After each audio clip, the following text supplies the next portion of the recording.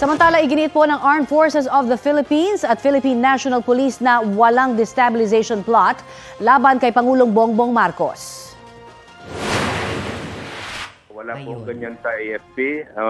We can assure the public that we are solid, we are united, and we will continue. We will focus doon po sa ating mission. Wag na muna kaming idamay-damay sa mga yan kasi it will not be good for our country. No less than my face, the face of the Chief of Staff, posted on viral and saying the AFP and the PNP withdrawing support or asking resignation of the President, it's unforgivable. Hindi po tama yon. Kahapon, nagsampa ng reklamong paglabag sa anti-cybercrime law si PNP Chief Benjamin Acorda laban po sa isang retiradong general.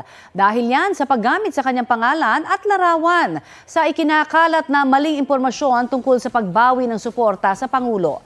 Nauna rito, pinabulaanan din ni dating Pangulong Rodrigo Duterte na nakipagpulong siya sa mga opisyal ng AFP at PNP para paalisin sa pwesto si Pangulong Bongbong Marcos. Kapuso, para sa mga maiinit na balita, mag-subscribe sa GMA Integrated News sa YouTube. Sa mga kapuso naman abroad, subaybayan nyo kami sa GMA Pinoy TV at sa www.gmanews.tv.